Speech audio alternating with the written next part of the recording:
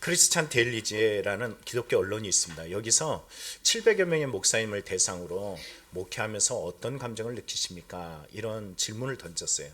그랬더니 목사님들이 어떤 반응을 일으켰냐면 이렇습니다. 무기력하다 21%, 답답하다 17%, 피곤하다 16%, 감사하다 15%, 막막하다 13%, 행복하다 11%, 보람있다 4%, 즐겁다 3%, 이렇게 이런 반응을 일으켰어요. 33%의 긍정이지만 반대로 67%가 부정적인 이런 반응, 다시 말하면 무기력하다라는 이와 같은 반응을 일으켰다라는 것입니다. 목회자도 기도하면서 이렇게 버겁고 힘든 세상 살입니다. 그런데 여러분, 평신도들이라면 어떻겠어요? 더 힘들겠죠. 더 어렵겠죠. 더 지치겠죠. 신앙을 지켜나간다는 것이 그다지 쉽지는 않습니다. 무력함은 그냥 단순히 무력함으로 멈추지 않습니다. 무기력함은 반드시, 나의 무기력함은 영적인 영향을 일으키고요, 영적인 무기력함을 통해서 결국은 삶 속에 나태함이 일어나고 영적 매너리즘에 빠져서 삶마저 무너지는 일들이 있습니다. 제가 지인으로부터 받은 글이 있어요. 제가 사진을 보내다 보니까는 많은 분들이 저에게 답글을 보내줍니다. 근데 직장 생활하고 있는 한 지인이 이런 글을 보내왔습니다. 삶이 힘들 때 지치면서 내가 얼마나 잘못했기에 이럴까?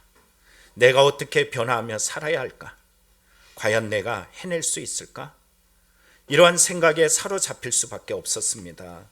지금까지 내가 했던 일들이 불만족스럽고 여전히 지쳐있는 것이 내가 아는 수준이기 때문입니다.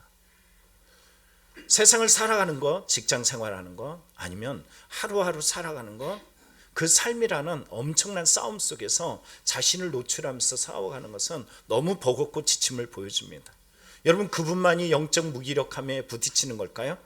그렇지 않습니다. 모든 사람이라는 존재는요, 다 영적 무기력함에 빠질 수밖에 없어요.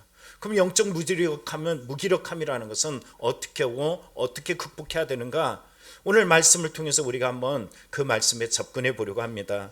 여러분, 귀를 활짝 열고 오늘 예배자로서 여러분의 영혼을 주님 앞에 올려드리며 귀한 말씀을 받는 시간이 되기를 축복합니다. 첫째, 이 영적 무기력에 빠지게 되면요, 믿음으로부터 멀어집니다. 오늘 성경은 이렇게 말하죠. 나의 의인은 믿음으로 말미암아 살리라. 또한 뒤로 물러가면 내 마음이 그를 기뻐하지 아니하리라. 나의 의인은 믿음으로 말미암아 살리라. 의인이 뭘까요? 내가 건강하고 내가 물질을 가지고 내가 세상에서 많은 것을 가졌다고 해서 성경은 의인이다라고 이야기하잖아요. 성경을 달달달 외운다 그래서 성경은 의인이라고 말하지 않습니다. 내가 교회를 오래 다녔어. 나는 엄마의 태중에서부터 교회를 다녔어. 우리 아빠가 목사고 우리 엄마가 어떻고 저렇고 그런 걸로 의인이라고 말하지 않습니다. 성경이 말하는 의인이라는 것은 믿음으로 사는 사람, 오직 믿음에 의존해서 살아가는 사람을 의인이다라고 이야기해요. 믿음이 있을 때는 세상을 판단하며 세상 속에서 환경과 조건이 지배하지 않고 말씀이 지배하고, 믿음이라는 하나님의 대상, 하나님은 살아계시고 하나님은 자기 일을 찾는 자에게 상 주시는 있는 믿음을 가지고서 세상을 해석해 나가는 능력이 있어요. 그러나 믿음이 떨어지면서 어떻게 될까요? 믿음이 떨어지면서 기쁨과 감사가 누그러집니다. 믿음이 떨어지면서 사람들의 말에 귀를 기울이기 시작하고요, 세상 사람들의 관심사에 내 관심사도 더하게 됩니다. 세상의 가치, 세상 사람들의 경험, 나의 경험이 하나님의 말씀하신 것보다도 더 우선시 되게 되어 있어요. 예배 집중력이 떨어집니다. 여러분, 이곳에서 딱 서면 놀라워요. 여러분이 하나하나 움직이는 것, 심지어는 눈동자 움직이는 것조차도 다 보여요. 궁금하죠? 올라와 보세요. 여기서 여러분들이 어떤 마음으로 어떤 태도로 예배를 드리는지 눈에 다 들어와요. 여기 참 신기한 자리예요. 궁금하시면 예배 끝나고 나서 얼른 후다닥 올라서 한번 보시기 바랍니다. 믿음의 모임보다 세상의 모임이 더 좋아집니다.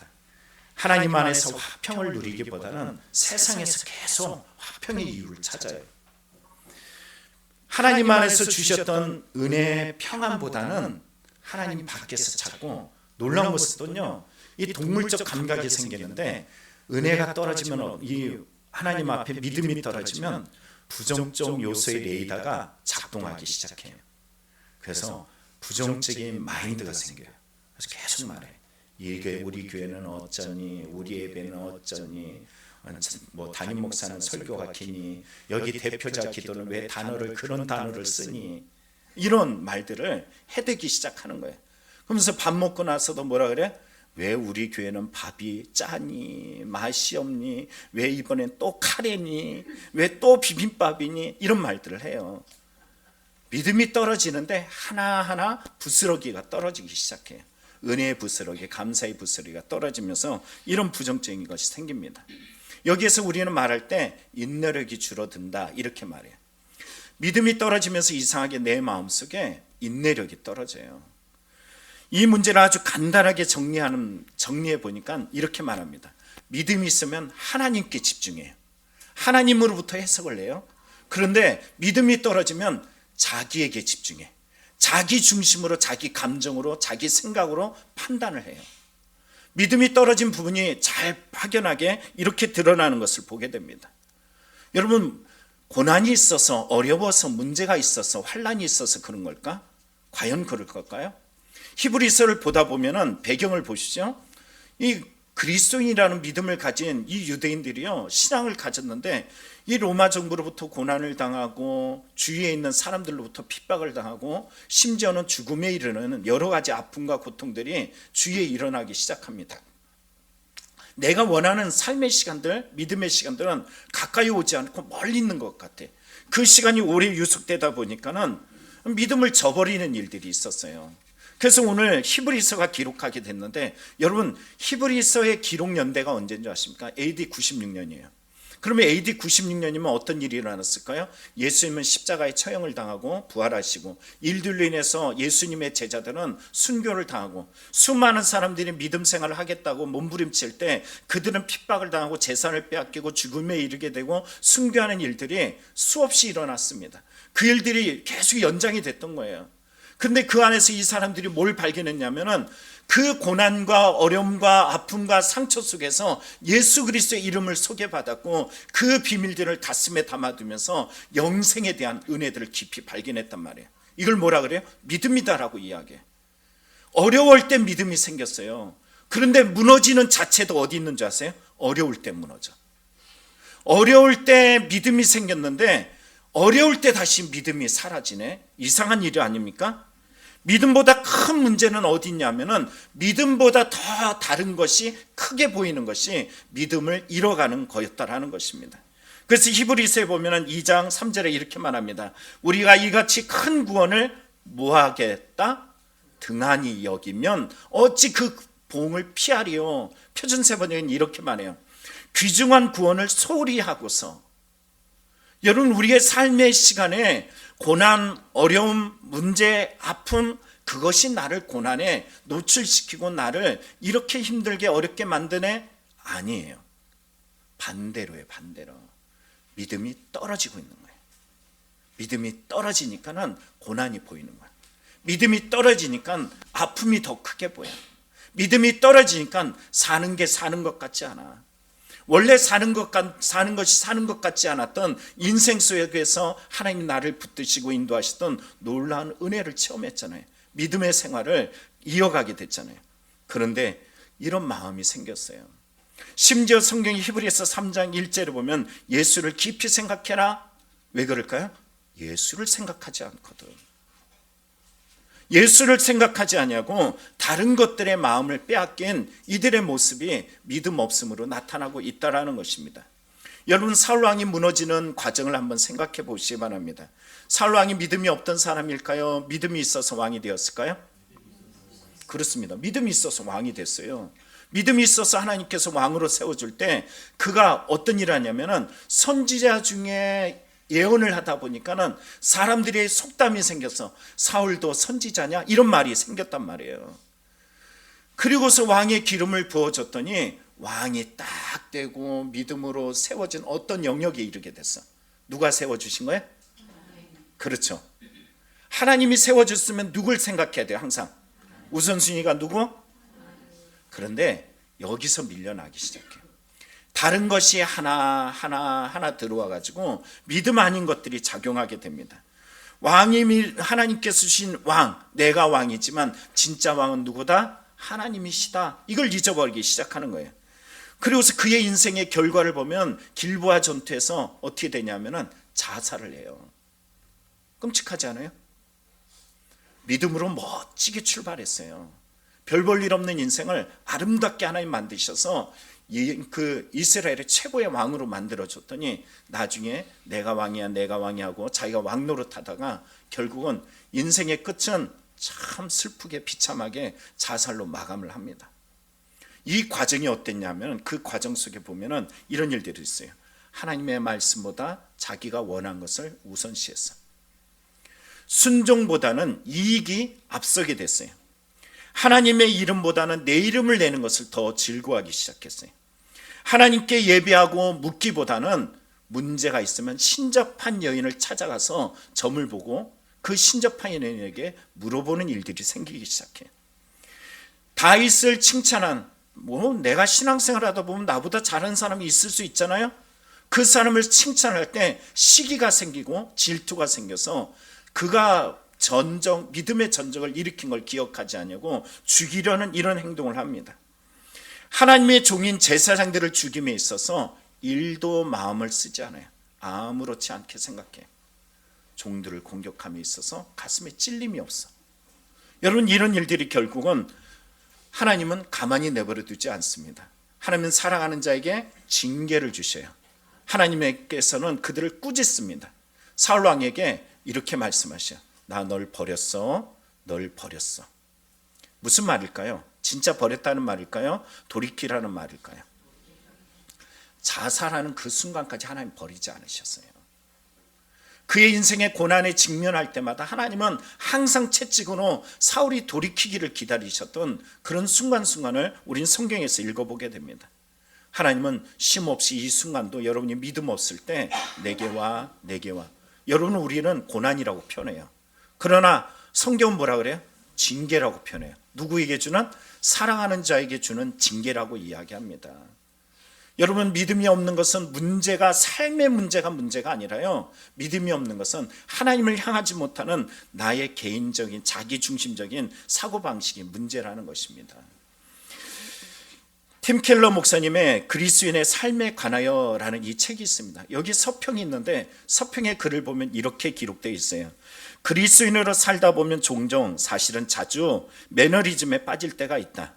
일상에서 하나님의 실제는 대체로 강렬하게 체험되기 어렵고 말씀 읽기와 기도 생활은 지지부진하고 우리의 이목을 끄는 새로운 뉴스는 매일 생겨난다.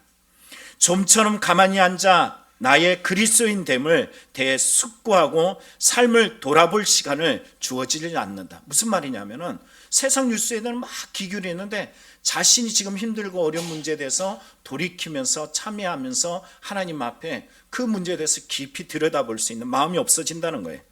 그러면서 이렇게 말하지요. 관성에 이끌려 기도하고 말씀을 읽고 교회에 출석할 때도 있다. 그렇게 살아도 딱히 아무런 일이 일어나지 않는다. 그래서 더 긴장이 풀린다. 그렇게 천천히 그리스도를 향한 마음이 굳어진다. 다시 말하면 예배에 나오긴 해. 찬양도 해. 그런데 굳어진 마음이야. 하나님의 인격적인 만남이 없어. 성경적 용어로 이야기하면요, 마당은 밟아요. 제사는 지내. 그런데 마음이 없네. 하나님을 찾는 마음, 진실한 마음, 간절한 마음이 없어요. 옆 사람 얼굴을 보시죠. 간절해 보여요? 간절해 보여요. 간절한 분은 간절하게 보입니다. 여러분들에게 이 간절한 능력이 넘쳐서 믿음 안에 또 믿음을 이뤄가는 성도의 신앙이 되기를 간절히 축원합니다. 두 번째는 영적 무기력에 빠지면 어떤 일이 일어나냐? 어디 갔어요? 영적 무기력에 빠지면은 하나님의 기쁨에서 멀어집니다. 영적 무기력에 빠지면 어떻게 된다고요? 하나님의 기쁨에서 멀어져요. 오늘 성경에 이렇게 말합니다. 나의 의인은 믿음으로 말미암아 살리라. 또한 뒤로 물러나면 내 마음의 길을 기뻐하지 아니하리라. 하나님의 기쁨이 뭐예요? 믿음이에요. 믿음이 없어지는 것은 하나님의 기쁨도 없어지는 거고, 믿음이 있다라는 것은 하나님의 기쁨이 내 안에 있다라는 것입니다. 갈라디아서 1장에 바울은 이렇게 말합니다. 이제 내가 사람들에게 좋게 하랴 하나님께 좋게 하라. 사람들에게 기쁨을 구하랴 내가 지금까지 사람들의 기쁨을 구하였다면 그리스도의 종이 아니니라. 여러분, 믿음이라는 부분에 기쁨의 요소가 어디로부터 와요? 하나님께로부터 와요. 무엇을 위해서 하느냐? 하나님의 기쁨에 대한 생각을 합니다. 자기 기쁨이 중요하잖아요. 믿음에 물러가는 사람들의 특징을 보다 보면 하나님의 기쁨이 사라지고 있다는 것입니다. 하나님의 기쁨이 사라지는 사람, 어떤 모습일까요? 여러분, 요즘에 주변의 사람들을 한번 가만히 보십시오. 또는 여러분의 거울 앞에 서 있는 내 모습을 한번 보시기 바랍니다. 하나님의 기쁨이 여러분 안에 있습니까? 하나님의 기쁨이 있습니까? 하나님의 이 기쁨에 대해서 성경은 환경적 요소다 이렇게 말하잖아요. 내 삶에 문제가 많아서 이렇게 말하잖아요. 그럼 뭐라고 말하냐면 옥중서신이라고 들어보셨죠? 성경의 신약 성경에 옥중서신이 있어요. 그 중에 빌립보서에 보면 바울이 언제 쓴 거냐면 복음을 전하다가 로마에 있는 감옥에 갇혔을 때 쓴 편지, 그것을 옥중서신이라고 그래요. 그러면 열악하겠어요? 풍요롭겠어요? 어렵겠어요? 아주 좋겠어요? 어렵겠죠. 그런데도 불구하고 성경 뭐라 그러냐면 빌립보서 3장에 바울은 감옥 밖에 있는 성도들에게 이렇게 말합니다. 형제들아, 주 안에서 뭐하라? 기뻐하라. 기쁨이 없는데 기뻐하라 할 수 있어요? 기쁨이 없는데 기뻐하라 하기가 어렵습니다. 바울은 어떻게 이렇게 기뻐할 수 있었을까? 여러분, 4장으로 가면은 바울이 자신의 기쁨의 요소를 이렇게 말해요. 내가 궁핍품으로 말하는 것이 아니니라. 어떤 형편에든지 나는 자족하기를 배웠느니 나는 비천에 처할 줄도 알고 풍부에 처할 줄도 알아. 모든 일에 곧 배부름, 배고픔, 풍부, 궁핍에도 처할 줄 아는 일체 비결을 배웠노라. 무슨 말일까요? 나는 풍요로운 곳에서도 기쁨이 있고 나는 배고픔 속에서도 기쁨이 있어. 어떤 환경에서도 나에게는 기쁨을 유지할 수 있는 힘이 있어, 능력이 있어. 어디로부터 오는 것일까요? 13절에 말하죠. 내게 능력 주시는 자 안에서 내가 이 모든 것을 할 수 있다. 여러분, 이 땅에 살아가다 보면 세상이 지배를 받습니다. 우리 탄광에 들어가서 연탄을 만지다 보면은 그 연탄에 제가 우리를 까맣게 만들듯이 이 세상을 살아가다 보면 슬픈 날, 고통의 날, 괴로운 날 안 올 수가 없어요. 그러나 여러분, 이 환경 속에 지배하면서 때 하나 묻었다고 아이 못 살겠다 이런 것을 믿음이다라고 이야기하지 않습니다. 세상이 지배하는 속에서도 하나님을 신뢰하고 따라가는 것, 그걸 바로 믿음이다라고 이야기합니다. 우리가 관심사를 들여다보면요, 하나님에 대한 믿음에 대한 기쁨에 대한 관심이 사라지는 순간에 우리는 다른 기쁨을 찾기 시작해요. 하나님의 기쁨이 아니라 다른 기쁨을 찾아서 그것을 하나님의 기쁨인 줄 알고 착각하기 쉽습니다. 성경에 보면 민수기 26장에 이 아론의 두 아들들의 죽음을 다루고 있어요. 이 아들들을 이렇게 말합니다. 아론에게는 나답과 아비후와 엘르아살과 이다말이 났더니 나답과 아비후는 다른 불을 여호와 앞에 들이다가 죽었더라. 이 다른 불이 뭘까? 레위기 10장에 보면 이 다른 불이 어떤 불인지 명확하게 기록하고 있어요. 무엇이 다른 불일까? 여호와께서 명령하지 아니하신 다른 불. 봐서는 똑같은 기쁨처럼 보여요. 똑같은 만족처럼 보일 수 있어요. 문제가 없는 것 같아. 교회에서 느끼는 것이나 교회 밖에서 느끼는 것이나 비슷비슷해 보일 수 있어요. 그런데 그것이 기쁨의 원인이 되어지고 그 기쁨의 이유가 된다면 다른 불이 되어서 하나님이 주시는 영생의 불이 꺼져가고 하나님 앞에 이 땅에 영원한 생명이 아닌 이 땅에서 죽어지는 심판 아래 놓일 수가 있습니다. 자기는 알까요? 모를까요?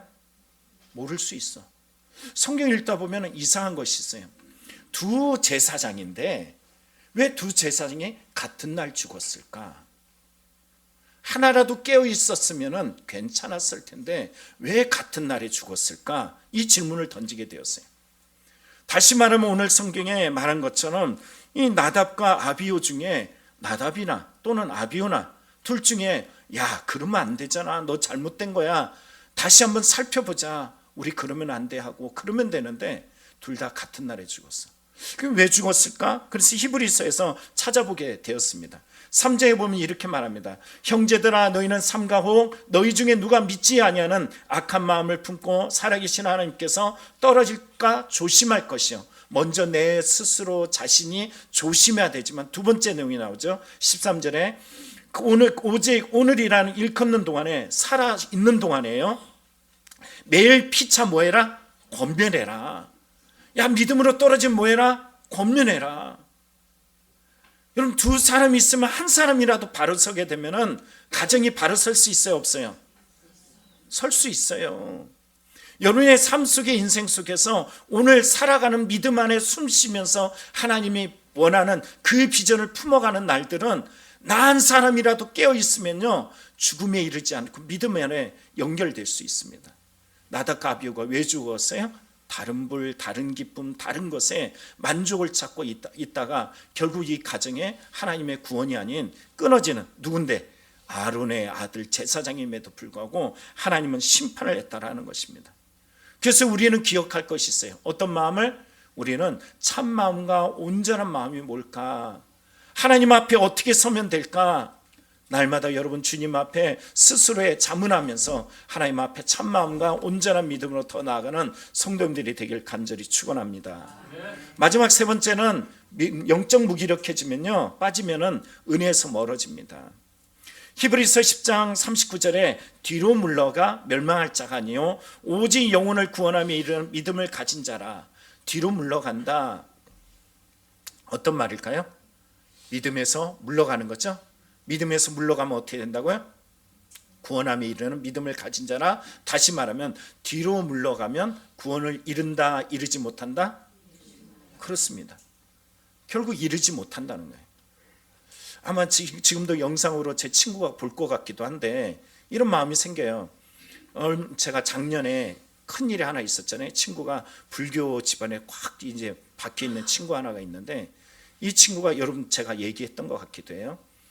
여기 보면 성가병, 지금은 무슨 성모병원으로 바뀌었는데 중환자실에 아버지가 폐암으로 돌아가셨단 말이에요. 병원으로부터 말을 들었어. 돌아가셨다, 죽었다, 이런 사망 선고를 받아가지고 갔더니 아버지가 깨어났다는 거예요. 이상하죠. 병원에서 죽었다고 사망 진단이 내렸어. 그래서 빨리 와서 아버지 보라는 거예요, 가신 분. 근데 가니까는 어때요? 돌아가셨대.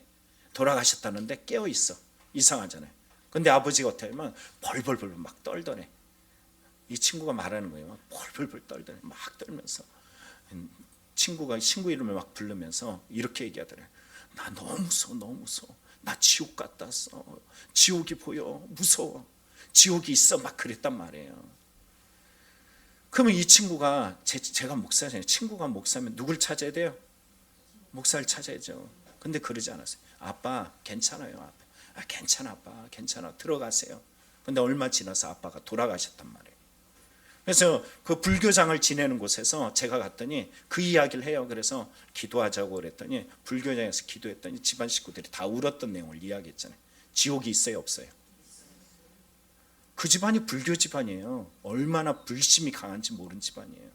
불교장을 했다니까요. 근데 진짜 죽었다 살아난 중에 그것을 경험하고 저에게 이야기했단 말이에요. 그런데 믿음이 없으면 어떻게 된다고요? 구원함을 받지 못한다. 쉽게 이야기하면 지옥에 간다, 이 말이에요. 지옥이라는 것이 얼마나 무서우면은 죽었다 살아난 거에 대해서 기쁨이 아니라 지옥에 갔다 온 것에 대해서 그렇게 두려워서 떨었을까, 이 생각을 한번 해보란 말이에요. 성경의 구원이라는, 여러분 이 구원이라는, 하나님의 이 구원이라는 것은 어떻게 얻는 것이에요? 성경이 이렇게 말합니다. 너희는 그 은혜에 의하여 믿음으로 말미암아 구원을 받았으니 이것은 너에게 난 것이 아니요 하나님의 선물이라. 구원은 어디로부터 와요? 하나님으로부터 오는 은혜라고 표현해요. 내가 뭔 선한 일을 행해서 내가 공로를 내세워서 그것을 은혜라고 말하지 않습니다. 구원이라는 것은 철저하게 나의 공로가 아니라 하나님의 은혜입니다. 성경 마태복음, 마가복음, 누가복음에 부자 청년 관원이에요. 세상에서 부유하고 성공을 이뤘던 청년이 예수님께 와서 선생이여 어떻게 해야 영생에 이르리까? 어떤 선을 행하여? 예수님 뭐라 말씀하세요? 선이라는 것은 누구다? 하나님이시다. 무슨 말일까요? 네가 무슨 선을 행해서 공로를 행한다고 네가 구원을 받는 게 아니야. 그건 하나님의 주권이고 은혜야. 그런데 이 구원의 주권, 구원의 주권을 우리에게 행하셔서 예수 그리스도를 믿는 자에게 구원을 내리신 하나님의 주권이 우리 안에 실행됐어요. 법이라는 건 뭐예요? 요즘에 이상한 법 하나 있잖아요.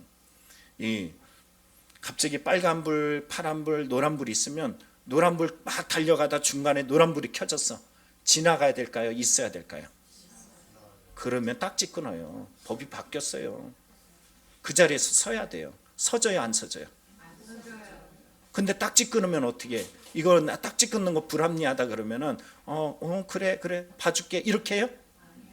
왜요? 법이니까. 그걸 누가 만들었어요? 정부의 대법원에서 판결한 거예요. 법이라는 것은 뭘까요? 불합리해 보여도 이성이 가지 않아도 정해지면 그대로 되는 거예요. 하나님 법은 뭘까요? 하나님의 너희들이 선을 행한다고 뭔가를 너희 공로로 구원에 이르는 게 아니야. 너희들 그 조건들 다 구약시대에 다 접었지만 인간은 뭐예요? 한없이 죄 가운데 있다는 것을 알게 됐다는 거예요. 그래서 하나님의 선하신 방법이 뭐냐면 예수 그리스도를 믿는 자에게 구원을 주시길 기뻐하셨어요. 이 얼마나 하나님의 구원의 방법이 미련하지만 하나님의 이 미련함이 세상의 지혜보다 뛰어나서요 우리가 구원이란 놀라운 이름을 얻게 되었어요. 잘났던 못났던 배웠던 못 배웠던 좋은 집이든 나쁜 집이든 상처 났든 안 났든 상관없어요. 예수 그리스도의 은혜만을 바라보며 살아가는 자에게는 어떤 복이 있어요? 구원이란 선물을 하나님께 받게 되었어요. 여러분 이것을 잊지 마시기 바랍니다. 이 은혜를 저버리면 어떻게 되는지 아십니까? 사람이 이렇게 됩니다. 우리가 진리를 아는 지식을 받은 후에 짐짓 죄를 범죄한 즉, 죄라는 것이 뭐냐면은 하나님의 뜻에 의해 살아가는 것이 아니라 자기 중심으로 살아가는 것을 죄라고 이야기해요.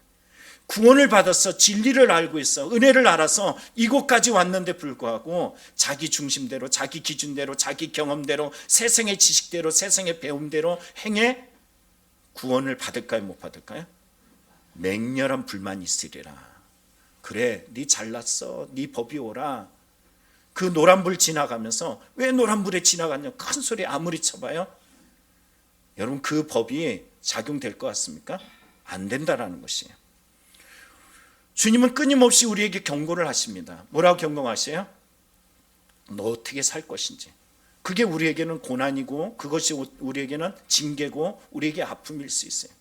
그럴 때마다 우리는 삼가하신 말씀 앞에서 어떻게 살을까? 어떻게 하면 주님 앞에 더 설까?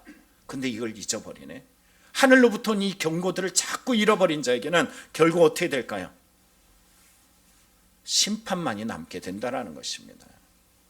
은혜를 잊어버리지 말아라. 은혜를 잊지 말아라. 그런데 여러분 은혜라는 것이 안 잊으려고 그런다 해서 안 잊혀져요? 여러분 은혜가 여러분 있습니까? 문제 앞에서 은혜가 있습니까? 옆 사람에게 한번 물어보시죠. 한 번만 더. 진짜 은혜가 있습니까? 때로는 은혜가 잊혀지고 문제만이 커 보일 때 있어요. 성경의 어느 인물도 그냥 처음부터 다 펑 은혜 이렇게 하지 않습니다. 무너져지지만 아주 엎드리지 않아요. 그 힘겨운 삶 속에서 문제가 있어요. 은혜가 사라지면 불평이 생기고 걱정이 생기고 염려가 생기고 삶에 집에 도배해 본 적 있죠? 도배예요.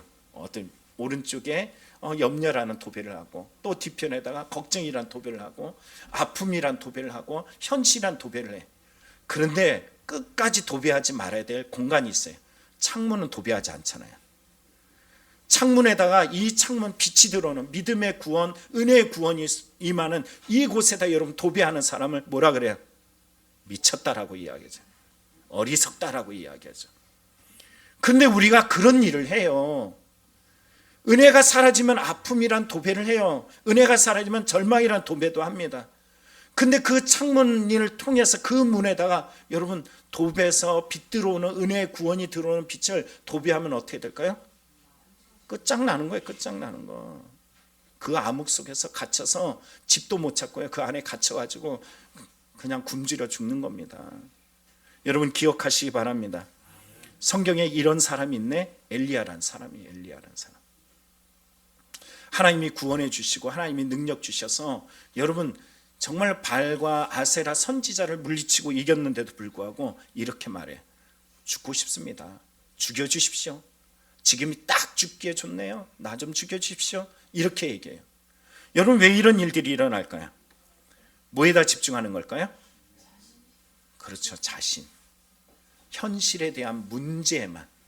하나님이 지금까지 살아오게 한 현실을 가만히 들여다보면은 문제가 없어서 지금까지 살아온 것이 아니에요.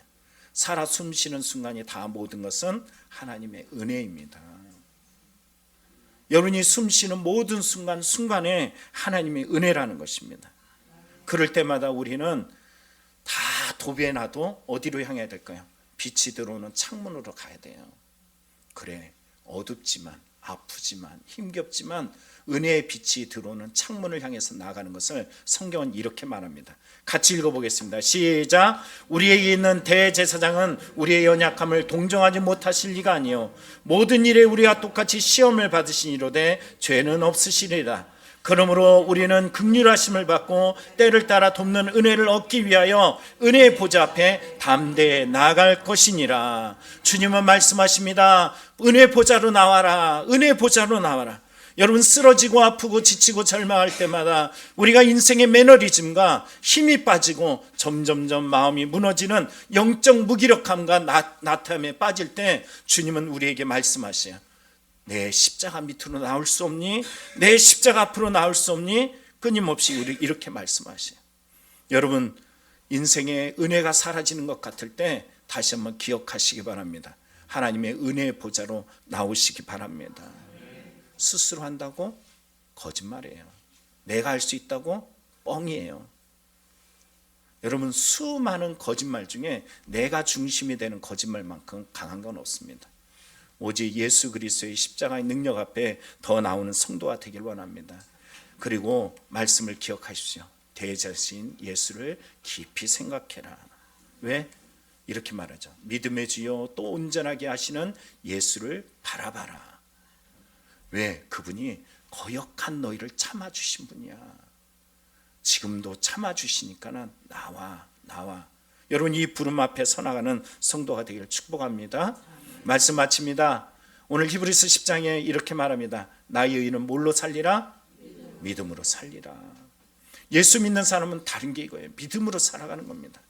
환경에 무너졌으면 저는 벌써 무너졌을 것 같아요. 그러나 이 인생의 환경으로 사는 것이 아니에요. 믿음으로 사는 겁니다. 믿음으로 살면 나의 상처, 나의 고난, 나의 아픔, 나의 절망을 통하여 도리어 동일한 사람들에게 힘을 주고 소망을 주는 하나님의 도구로 쓰임받게 될 줄 믿습니다. 오늘 이 믿음으로 승리하는 우리 지금 함께하는 교회 성도님들이 다 되시기를 간절히 축복합니다. 기도하겠습니다. 살아계신